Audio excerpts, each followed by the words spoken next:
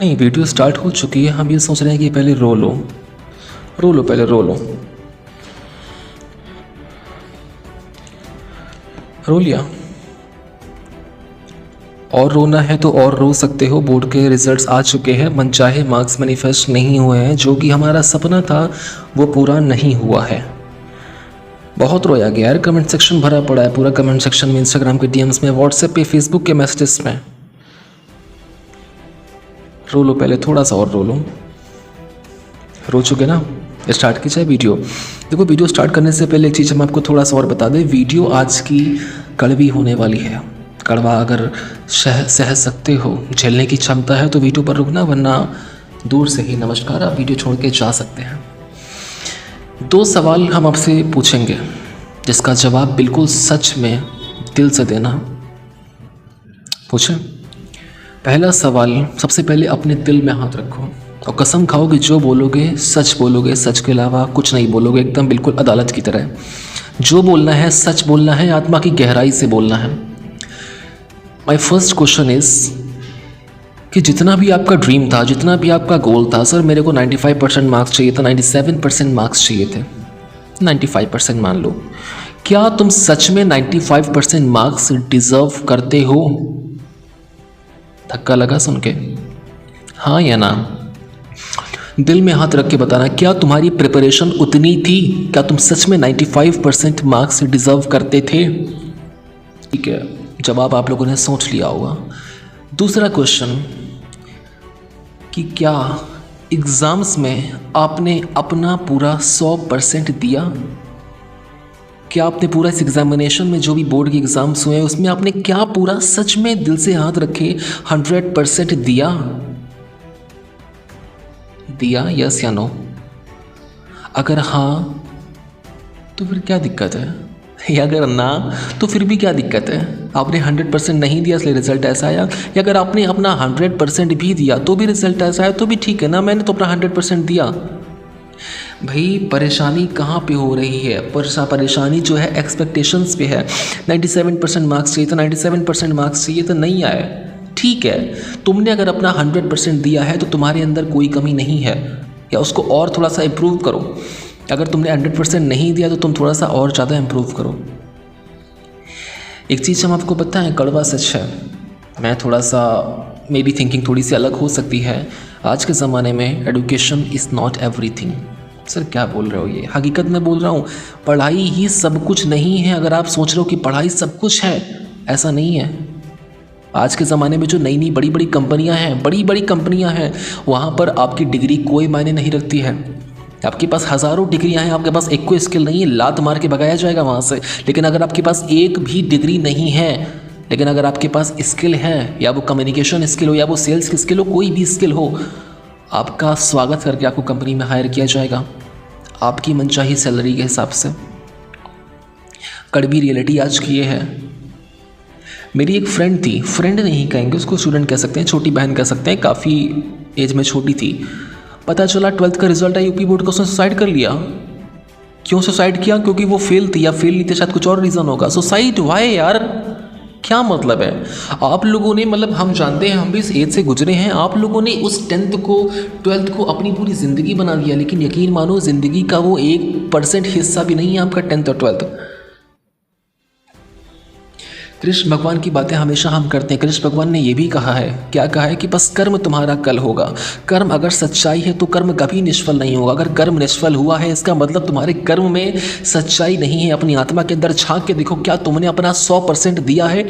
अपनी self satisfaction को किनारे रख के सोचो, क्या तुमने सच में अपना 100% दिया है? और जिन बच्चों का 10th हुआ है, 2 साल बाद 12th फिर है, फिर से वही युद्ध होगा। तैयारी अभी से करना चालू कर दो युद्ध की। और जिन बच्चों का 12th हुआ है इस साल और नहीं मनचाहे मार्क्स आ पाए, यार पूरी ज़िंदगी पड़ी है अभी। और सच बता रहे हैं, 12th जो भी बोर्ड एग्ज़ाम था ना, जो भी एग्ज़ाम आपका गुजरा है, उससे 1000 नहीं बल्कि लाखों गुना टफ एग्ज़ाम्स हैं अपनी पूरी लाइफ में। इसमें हार मान जाओगे यार तो मज़ा नहीं आएगा। सोचो, अगर आप सोच रहे हो कि आपने 100% दिया है, 100% आपके देने के बाद अगर कोई रिजल्ट आया है, तो आप तो उनसे लाख गुना बेहतर हो यार, जिन्होंने पढ़ाई ही नहीं करी। आपने कम से कम अपना कर्म तो किया है ना। और चलो ठीक है कि आप पहली बार जो ज़िंदगी के पहले पड़ाव थे 10th और 12th, उसमें आप फेल हो गए या उसमें आपके मनचाहे मार्क्स नहीं आए, तो इसका मतलब ये नहीं कि आप अपनी पूरी ज़िंदगी में हार चुके हैं। ऐसा नहीं है। बहुत बड़े बड़े पड़ाव अभी हैं ज़िंदगी में। बड़े हो गए, कॉलेज में जाना है, कॉलेज में बड़े बड़े एग्जाम्स, फिर प्लेसमेंट्स होगी, जॉब लगनी है, जिसको बिजनेस करने एंटरप्रेन्योरशिप में जाना है, कंपनी खड़ी करनी है, तो उसमें तो ऐसी तैसी हो जाएगी फिर तुम्हारी। कल को शादी होगी, लड़की हैं अगर आप तो आपको दूसरे घर जाना पड़ेगा, वहाँ बड़े बड़े चैलेंजेस। लड़के हैं तो आप अपनी वाइफ को घर पे लेकर के आएंगे, वहाँ बड़े बड़े चैलेंजेस। पूरी ज़िंदगी भरी पड़ी है। 10th और 12th कुछ भी नहीं है। 10th क्लास वाले बच्चे 12th की तैयारी में कस के लग जाइए, और 12th वाले बच्चे जो हैं चीज़ों को भूल करके, चीज़ों को साइड में करके, आपने जो भी एग्ज़ाम दिया या जो भी चीज़ें आपने इस साल या पिछले सालों फेस करी, उससे आप क्या क्या सीखे, उन सभी लर्निंग्स को आगे आप लगाइए। जब कोविड आया था, कोरोना को आए 4 साल पूरे हो चुके हैं, और जब कोरोना आया था तो कोरोना के बाद, कोविड के बाद ऑल ओवर वर्ल्ड में कितनी डेथ हुई थी? अराउंड 8 मिलियन पीपल ख़त्म हुए थे। 8 मिलियन लोगों की मृत्यु हुई थी। अगर 8 मिलियन पीपल के मरने के बाद भी अगर हम जिंदा हैं, आप जिंदा हो, तो यकीन मानो आपको जिंदा रखा गया है। ये कोई इत्तेफाक नहीं है। आपको ज़िंदा रखा गया है, आपको अपनी ज़िंदगी को जीने के लिए, आपकी अपनी ज़िंदगी के मकसद को, लाइफ के ड्रीम्स को पूरा करने के लिए। इसको ऐसे हल्के में जाने दोगे तो फिर क्या ही करोगे यार। आपने, परमात्मा ने आपको एक मौका और दिया, आपके अगल बगल लोग मरे होंगे। भगवान न करे अगर आपको कुछ हो जाता, ज़िंदगी ख़त्म हो जाती, आपको एक चांस दिया गया है, ऐसे ही बर्बाद करोगे, ऐसे डिमोटिवेट होगे। किसके अंश हो तुम्हें मालूम भी है? किसके अंश हो तुम? परमात्मा के अंश हो। परमात्मा की शक्ति तुम्हारे अंदर मौजूद है, स्वयं परमात्मा की शक्ति। कैसे पॉसिबल है कि तुम हार मान जाओ? कैसे पॉसिबल है कि तुम सुसाइड करने को सोचो सिर्फ बोर्ड की वजह से? डिमोटिवेट हो रो बैठ करके। ऐसी अगले साल फिर देखेंगे। ज़िंदगी में हज़ारों भी एग्जाम्स देने पड़े हैं, टंके की चोट पे खेलो ना, एकदम ये योद्धा की तरह, एकदम आंखों में आंखें डाल के, बिल्कुल समस्याओं के, सिचुएशंस के, एग्ज़ाम्स के तैयारी में लग जाओ। एग्ज़ाम्स के पहले मैंने एक वीडियो लॉन्च करी थी जिसमें मैंने विजुअलाइजेशन के बारे में बताया था। विजुअलाइजेशन कितना ज़्यादा पावरफुल होता है। बड़े बड़े लोग इसको करते हैं, सेलिब्रिटीज़ तक इसको करते हैं। बड़े बड़े क्रिकेटर्स अपने इतने बड़े बड़े क्रिकेट मैच खेलने के पहले विजुअलाइजेशन वो करते हैं। क्या विजुअलाइजेशन करते हैं कि वो जीत रहे हैं क्रिकेट को। एक लेडी, उसका नाम मुझे नहीं मालूम, उसने 5000 टाइम्स एक मैच को जीता था, अपनी विशेष को पूरा किया था 5000 बार, सिर्फ विजुअलाइजेशन करके। क्यों हम बोलते हैं? अभी सक्सेस स्टोरीज हमारे पास आई हुई, इनको भी शेयर करना है। तो ICSE बोर्ड के और यूपी बोर्ड के जो भी रिजल्ट्स निकले उनके बच्चों के, लोग कर रहे हैं यार। 10th क्लास वालों, 12th के लिए प्रिपरेशन अभी से चालू कर दो, विजुअलाइजेशन करना चालू कर दो। कोई भी नीड हो, मैंने अपनी टीम इसीलिए हायर कर रखी, कोई भी टीम हो, आप 24 घंटे में कभी भी आप मैसेज करो, रिप्लाई करने के लिए बैठी। कोई भी डाउट, कोई भी क्वेरी वगैरह हो। ज़िंदगी एक मिली यार, हक से जियो, मर के मत जियो जिससे अभी मर रहे हो। साले अभी मरोगे तो भविष्य में क्या करोगे? बहुत ओपनली, बहुत फ्रैंक नेचर है मेरा थोड़ा सा, शायद आपको ये एक्सेप्टेबल हो या ना हो, मुझे नहीं मालूम। बहुत खुल के हम बात करते हैं, कोई बात बुरी लग जाए तो सॉरी उसके लिए।